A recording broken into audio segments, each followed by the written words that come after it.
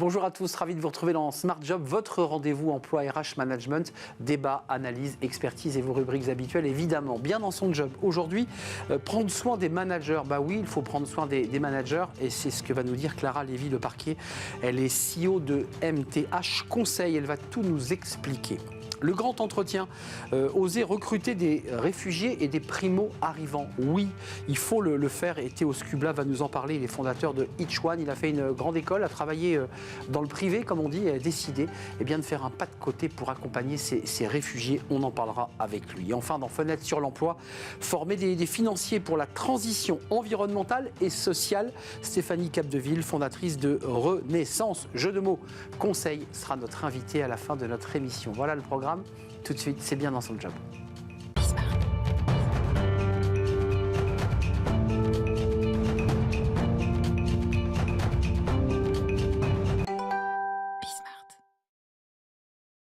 Bien dans son job avec Clara Lévy-Leparquier, CEO de MTH Coaching. Bonjour Clara. Bonjour. Vous avez choisi de nous parler d'un sujet. Alors, on se dit finalement c'est le marronnier de printemps, les managers. Et ce n'est pas un marronnier, en fait, de prendre soin de ses managers. Il faut en prendre soin. Est-ce qu'il fait bon être manager en 2024 ? Parce qu'en 2023, ce n'était pas terrible. Est-ce qu'en 2024, c'est mieux ? Disons que ce n'est pas un métier qui a le vent en poupe en ce moment. Et il y a pratiquement 70% des personnes qui ne sont pas encadrantes et qui n'ont pas envie de le devenir. Et chez les femmes, c'est 75%. Et les jeunes diplômés aussi ne veulent pas. Alors pourquoi ? Parce que c'est un métier qui devient de plus en plus complexe. Et c'est un peu l'effet millefeuille. Au début, il fallait assurer la productivité. Maintenant, il faut assurer le bien-être des salariés. Mais qui pense au bien-être des managers ? Pas grand monde. Des managers qui sont quoi ? En souffrance ? Parce que vous accompagnez des managers, vous les écoutez, et des manageuses. Ils souffrent. Quelles sont leurs difficultés ? Une espèce de conflit de loyauté, de difficulté à tout gérer ? En fait, ils sont un peu au four et au moulin. Et ils sont entre le marteau et l'enclume, si on devait résumer.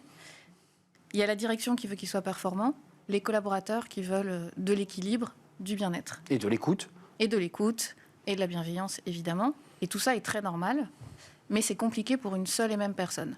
Et ce qu'on a tendance aussi à oublier, c'est que le manager est un collaborateur, avant même d'être un manager.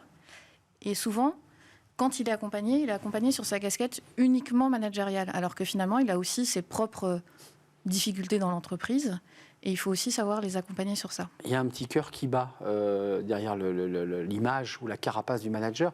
En un mot, vous nous dites que c'est un cadeau empoisonné, en fait. Non, mais ça peut l'être. Et donc, il faut faire attention. Si on vous vend mal le poste. Voilà. C'est-à-dire que si, par exemple, dans l'entreprise, le rôle du manager n'est pas clair, si c'est une fonction qui n'est pas valorisée au plus haut niveau, alors ça peut être un cadeau empoisonné. Si on ne vous donne pas les moyens aussi d'exercer ce métier, parce qu'en fait, manager, c'est un métier. Et parfois, on demande à des personnes qui ont pratiquement 90% de leur temps occupé à produire, à également manager. Et ça, c'est une mission complètement impossible. D'ailleurs, c'est le grand malentendu des managers, parce que dans l'évolution des managers, on nous dit qu'on fait trop monter ou trop souvent monter des techniciens, experts, ouais. Des ingénieurs, mais qui, pour le coup, n'ont pas été formés à tous les enjeux soft skills. C'est vrai, ça, vous le constatez ? Alors ça, on le constate vraiment. Il y a un vrai sujet, on en avait déjà parlé sur les managers experts. Et c'est pour ça que c'est important de les accompagner, de les former, de les coacher. Nous, on a aussi mis en place une hotline managériale qui leur permet de poser leurs problèmes. Et ce qu'on dit souvent, c'est que ça permet d'éviter quelques nuits blanches. Parce que c'est vrai que les managers, ils ont aussi des plages horaires de plus en plus étendues. Et finalement, le digital est venu amplifier ces difficultés. Parce que les sphères privées et professionnelles sont de plus en plus brouillées. Et on a un chiffre qui est 55% des managers considèrent qu'il y a ce mélange entre le privé et le professionnel, contre seulement 27% des non-encadrants. Avant de nous quitter, on les connaît, ces sujets, ils touchent les collaborateurs, mais vous le disiez, on oublie aussi que le manager est un salarié. Et on se dit, le manager, il est indestructible, c'est lui qui pilote, il n'y a aucune raison. Mais sauf que, en fait, on s'aperçoit qu'il a les mêmes troubles ou presque que les collaborateurs. Il en a plus. En fait, les statistiques montrent que les managers sont plus sujets aux risques psychosociaux. Par exemple, ils sont 60% à être stressés contre seulement 50% des non-encadrants. C'est pareil pour le risque de burn-out. Il y a 2 managers sur 10 qui sont en burn-out en ce moment. Donc c'est énorme. L'entreprise, qu'est-ce qu'elle doit faire? Est-ce qu'elle a d'abord pris conscience du sujet que vous évoquez là? Est-ce qu'elle a conscience qu'elle doit soigner, je mets des guillemets, ses managers? En tout cas, c'est hyper important d'en prendre conscience et de mettre en place des choses parce qu'il y a la symétrie des attentions. C'est-à-dire que pour prendre soin des collaborateurs, il faut prendre soin des managers. Et donc, c'est vraiment une priorité si on veut assurer la pérennité de l'entreprise. N'oubliez pas vos managers. Voilà le message de Clara Lévy-Leparquier, CEO de MTH Conseil, qui nous a rendu visite aujourd'hui. C'est un vrai plaisir de vous accueillir, Clara. Et je vous dis à très très bientôt. Merci. On tourne une page et on s'intéresse au débat de Smart Job, à la rencontre d'un entrepreneur audacieux qui a tendu la main, et on va en parler avec lui dans quelques instants, aux réfugiés, à ces migrants, ceux qui ont traversé notamment la Méditerranée et qui vont trouver une place de la dignité. On en parle avec lui. C'est le débat de Smart Job et c'est juste après le jingle.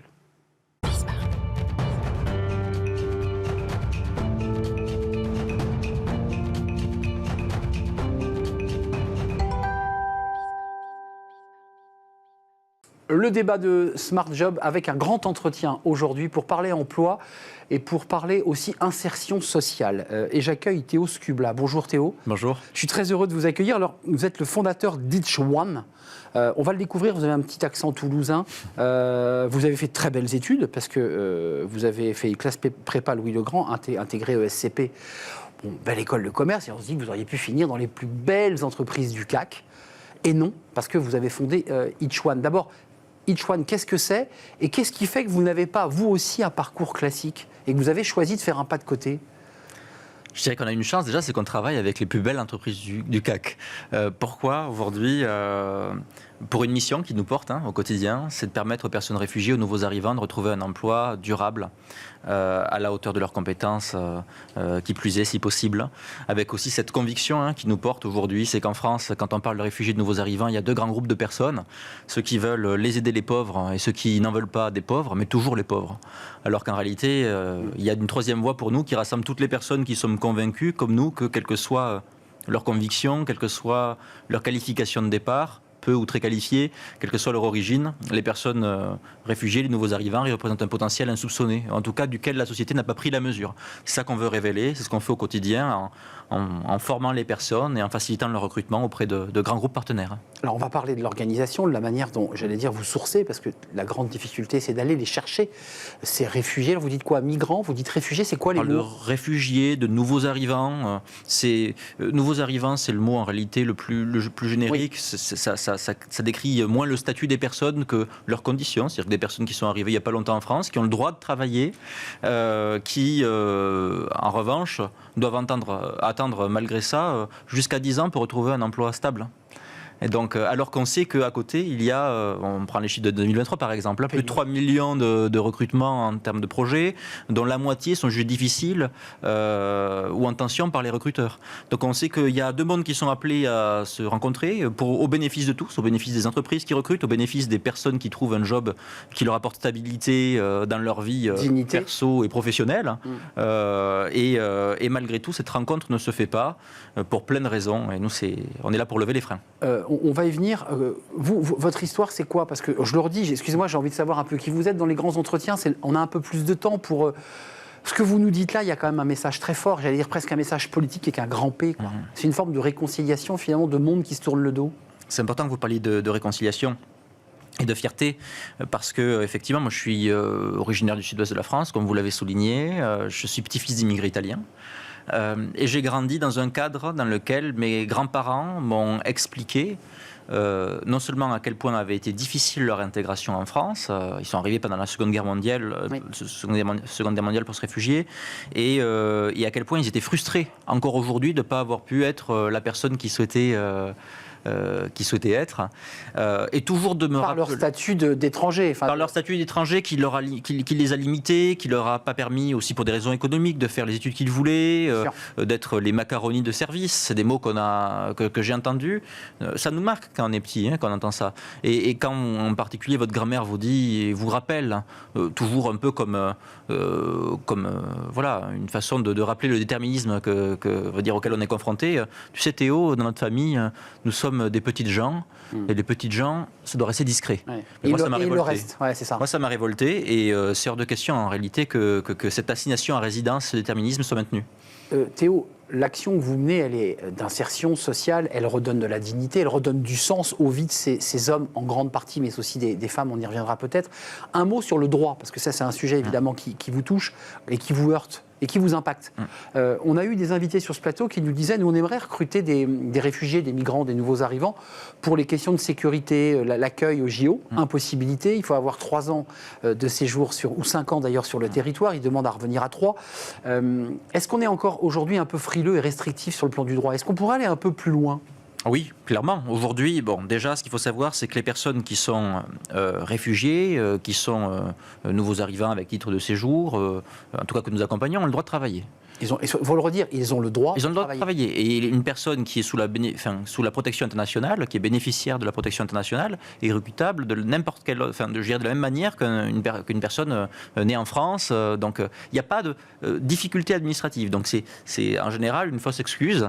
Et c'est important que tout le monde le sache. Il n'y a pas de difficulté. Maintenant, il y a quelques métiers aujourd'hui qui sont des métiers réglementés, la sécurité, vous en avez parlé pour les JO, les métiers de la santé, qui sont encore des parcours du combattant pour que des personnes puissent en réalité réexercer leurs compétences d'origine.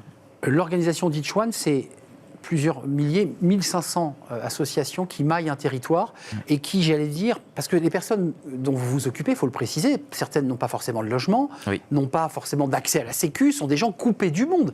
Ils n'ont contact avec rien ou personne.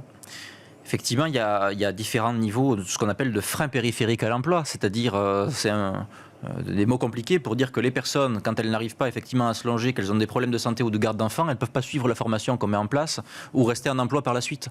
Et donc il faut qu'on ait une vision holistique sur toutes ces difficultés. C'est ce qu'on essaie de faire. On travaille déjà avec les associations partenaires, ces 1500 partenaires à Paris, à Lille, à Lyon, à Marseille, à Bordeaux, pour déjà identifier les individus. Repérer. Et une fois effectivement qu'on peut identifier les individus, on va tester leur motivation, leur appétence pour un métier, les réorienter en fonction de leur volonté, de leurs besoins. Et à partir de là, aussi voir quels sont les freins périphériques à l'emploi qu'ils pourraient rencontrer. Parce qu'avant qu'ils rentrent en formation, c'est important de savoir si une personne elle est en difficulté sur le logement, si elle est en difficulté pour la garde d'enfants, de pouvoir lever ces freins. Ce qu'on fait avec nos associations partenaires. Et en ce sens, on n'est pas qu'un organisme de formation ou un cabinet de recrutement, on est surtout un tiers de confiance.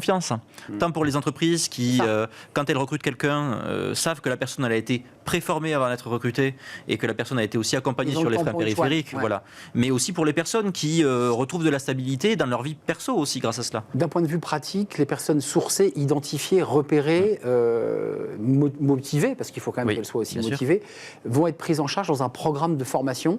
Il dure combien de temps et quels sont je dirais ceux qui, en cours de route, disent non, c'est pas pour moi, j'y arriverai pas, c'est compliqué. Parce que c'est quand même pas rien de s'engager dans ce parcours. C'est un nouveau pays, c'est parfois une nouvelle langue, une nouvelle culture. C'est pas rien, vous avez raison. Et aujourd'hui, effectivement, déjà dans ce parcours, c'est un parcours de formation qu'on met en place aujourd'hui qui comporte un accompagnement autant en français avec des objectifs spécifiques par rapport au métier que les personnes vont occuper, autant en savoir-être sur des sujets de collaboration avec la hiérarchie, de communication professionnelle, mais aussi de confiance en soi. Il faut que les personnes puissent avoir l'énergie de tirer le meilleur de toute cette formation. Et bien sûr, sur les métiers ciblés, attention, sachant que ces formations, on les met en place sur 8 verticales métiers, allant des métiers de l'aide à la personne ou de la vente, des métiers en tension, jusqu'à des métiers très qualifiés de data ou du secteur bancaire. Donc on intervient de manière assez large, de manière généraliste. On reviendra sur votre signature d'un partenariat avec France Travail, parce que France Travail a tout intérêt à s'appuyer sur Each One pour aller justement chercher ces futurs employés ou salariés. C'est quoi les profils des personnes qui poussent la porte de Each One et qui ont été détectés? C'est des gens très qualifiés, c'est des gens qui n'ont pas de diplôme, c'est des gens qui ont été diplômés dans leur pays et qui se retrouvent dans des situations intenables quand elles arrivent en France. C'est quoi le panorama de ces réfugiés? Aujourd'hui, il faut voir que la courbe des qualifications des personnes réfugiées, elle forme un U. Ça veut dire qu'il y a beaucoup de gens qui sont très peu qualifiés et beaucoup de gens qui sont très qualifiés, un peu moins au milieu. Ce qui est intéressant, c'est de voir que quand on accompagne une personne très peu qualifiés, on peut souvent avoir tendance à dénigrer les faibles qualifications en France et à dire et à parler de migration seulement des personnes très qualifiées. Mais ce qu'on voit aujourd'hui, c'est que ça ne change rien par rapport à la capacité des personnes de trouver un métier stable qui donne plein de satisfaction aussi aux entreprises partenaires et qu'il y a les mêmes taux d'insertion pour les personnes très qualifiées que les personnes les moins qualifiées et que tout le monde finalement a sa place à trouver. Quelques chiffres, 561 talents, ça c'est votre communiqué de presse, vous le dites talent, c'est intéressant parce que vous parlez comme les DRH des grandes entreprises. Bien sûr. Ça c'est intéressant, accompagner et former avec 190 000 heures de formation délivrées. Ça c'était l'année dernière. C'était l'an passé. Voilà. C'est 561 talents et vous en avez encore plus cette année, j'en suis sûr. Vous les suivez dans l'entreprise, c'est-à-dire qu'il faut aussi non seulement qu'ils se forment, mais qu'on puisse ils se marient à la culture d'une entreprise. C'est pas si simple non plus. C'est important ce que vous dites. Notre travail, c'est pas seulement de former les personnes réfugiées, les nouveaux arrivants, c'est talents. C'est d'accompagner l'entreprise à l'intégration de ces personnes. C'est former et déjà sensibiliser les managers et les recruteurs, puis après les former pour qu'il puisse y avoir, je dirais, une bonne compréhension des codes parfois culturels d'origine des personnes. Le sujet, même si on a accompagné chacune des personnes à anticiper, comprendre les codes socio-professionnels, Oui. c'est que il y a toujours quand même une nécessité d'adaptation. Le but, c'est pas de changer les personnes ou leur demander de rayer leur parcours quand elles passent par une formation. C'est de leur donner des... Comme pour un salarié qui arrive dans une entreprise. Comme n'importe qui, voilà. Et puis on s'appelle Each One pour une raison. Et à partir de là, c'est de permettre aux personnes d'avoir des clés. Mais ces clés, il faut qu'elles soient des deux côtés. Il faut que l'entreprise puisse avoir des clés pour qu'elle comprenne qu'elle ne va pas juste faire une bonne œuvre sociale. Elle va aussi et surtout réaliser un investissement pour elle, qui va apporter un retour sur investissement. Et c'est parce qu'elle fait les deux, parce qu'elle fait cela dans une logique core business qui répond à des besoins de recrutement et qu'elle le fait avec, cerise sur le gâteau, de l'impact social que ça fonctionne. C'est parce que les collaborateurs ont compris que c'était pas juste un projet sur le côté ou symbolique, mais que c'était un projet qui était là pour les aider,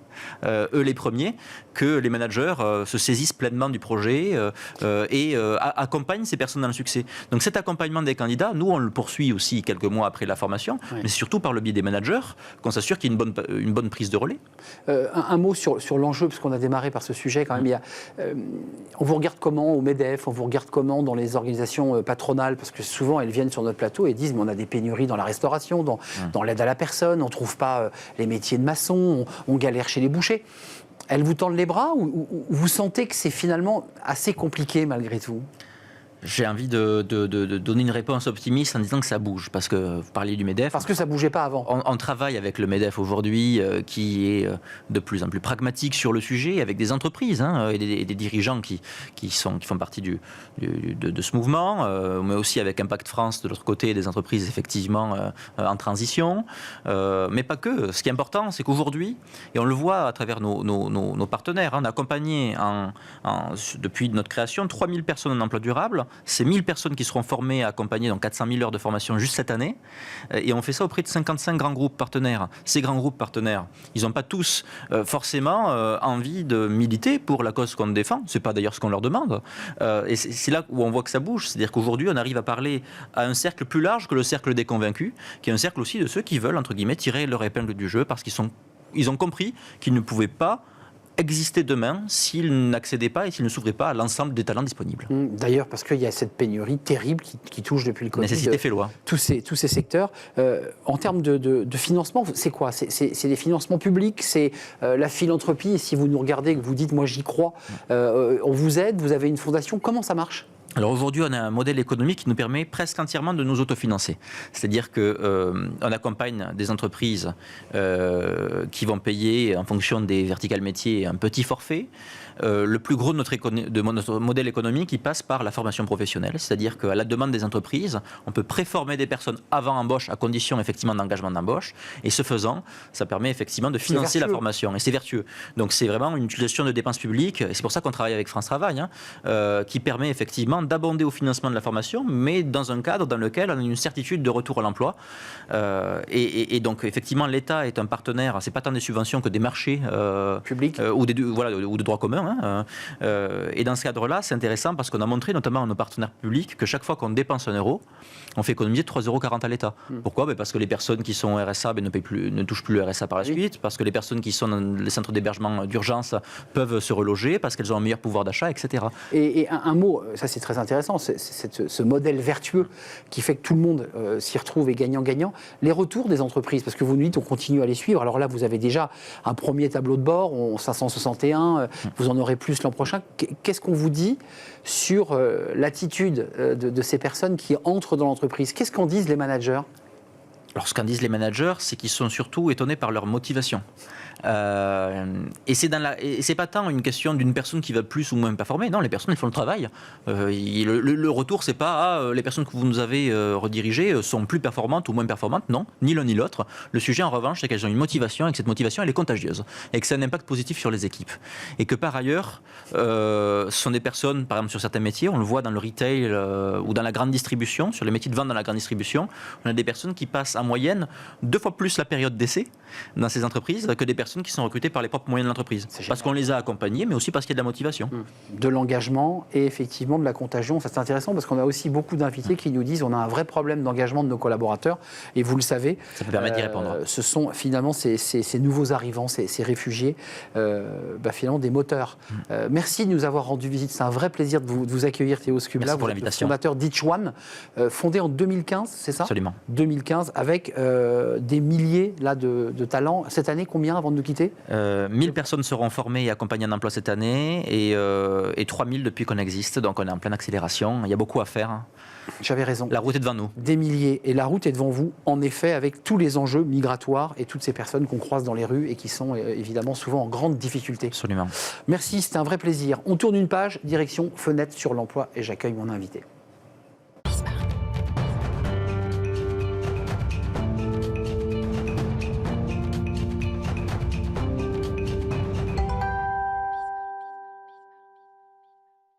Et on termine avec fenêtre sur l'emploi. Alors, on fait un pas de côté puisqu'on va parler de finance, mais de la finance responsable. Et c'est ça qui est intéressant justement avec Stéphanie Capdeville.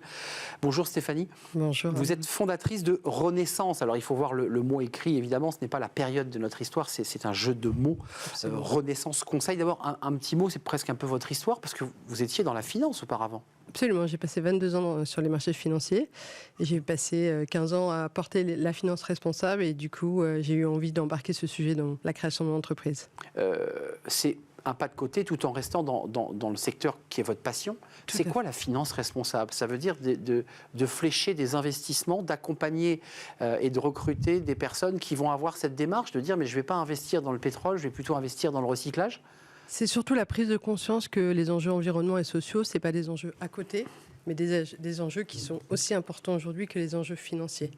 Donc c'est vraiment la prise en compte. Alors évidemment que ça va influer sur le business model, incontestablement, mais l'idée c'est vraiment de se dire aujourd'hui on ne peut plus faire sans regarder ce qui se passe au niveau de l'environnement, au niveau du social. Vous venez d'en parler juste un instant sur les managers. Et donc, on ne peut plus se dire que c'est un indicateur parmi tant d'autres, des quotas parmi tant d'autres, que c'est vraiment aussi important que la mesure financière. Mais ça veut dire que vous dites, et votre pari, c'est de transformer la finance en recrutant de nouveaux profils et de personnes dotées de ce dont vous parlez, de personnes qui disent on ne va pas faire de la finance. Absolument. Et c'est aussi donc faire monter en compétences des directeurs financiers, des comptables, des experts comptables, des auditeurs qui vont, de les façons de devoir, s'intéresser à ce sujet en lien avec une réglementation qui s'appelle CSRD, une nouvelle norme qui va prendre en compte ces sujets de durabilité. Et ils vont de fait être, pour la plupart en tous les cas, ça va concerner 6 000 entreprises en France. Bien sûr. Et ça concerne 50 000 entreprises en Europe. Donc ça veut dire que là, vous anticipez ces nouvelles contraintes ou ces transformations, ça dépend le mot qu'on utilise, et que vous commencez à éveiller les consciences de toutes ces personnes en disant attention, il va falloir quoi? Pivoter, transformer, changer de logiciel? C'est quoi les mots que vous utilisez? Alors, en tous les cas, pas la menace, parce que je pense qu'on accompagne mieux les hommes et les femmes en leur expliquant, en vulgarisant, en sensibilisant, plutôt qu'en menaçant. Donc la réglementation est là, ça c'est clair. Pour autant, on a envie, dans le cabinet, de se dire comment on va pouvoir faire finalement ce même changement qu'on a eu dans la finance de marché. En finance de marché, on a été formé pour avant tout regarder les enjeux financiers et on a dû basculer sur ces 10 dernières années pour justement intégrer ces enjeux extra-financiers. Et ça se passe maintenant dans l'économie réelle et donc c'est les entreprises qui vont devoir être à la manette. Votre entreprise, c'est du recrutement, on l'a entendu, mais c'est aussi de la formation, il faut former. Absolument, recrutement, de l'accompagnement, donc ça sera aussi du coaching. Vous parliez de pas de côté, il va falloir faire un pas de côté pour imaginer son business model autrement avec ses enjeux. Et c'est bien entendu la formation. Donc ça va vraiment avoir du volet. Et pourquoi pas un endroit du conseil. Mais en tous les cas, l'idée, c'est vraiment de créer ce nouveau marché de financiers engagés. Et vous prenez de l'avance parce que effectivement le CSRD, c'est un cycle dont on va beaucoup entendre parler et dont vous allez beaucoup entendre parler, notamment dans le domaine de la finance. Vous reviendrez nous parler de vos sujets et de vos engagements parce que c'est un véritable engagement sociétal. Merci à vous, Stéphanie Capdeville, d'être venue nous rendre visite, fondatrice de Renaissance Conseil. C'est un vrai plaisir de vous accueillir sur le plateau de Smart Job. L'émission est terminée. Merci à vous, merci de votre fidélité. C'est un vrai plaisir de partager ce moment, évidemment, avec vous, avec toute l'équipe. Merci à Alice Pitavi à la réalisation, merci à Thibaut au son et merci à l'équipe de programmation, Nicolas Juchat, Alexis Mathieu. Merci à vous, merci pour votre fidélité. Je vous dis à très très bientôt. Bye bye. Merci beaucoup Arnaud.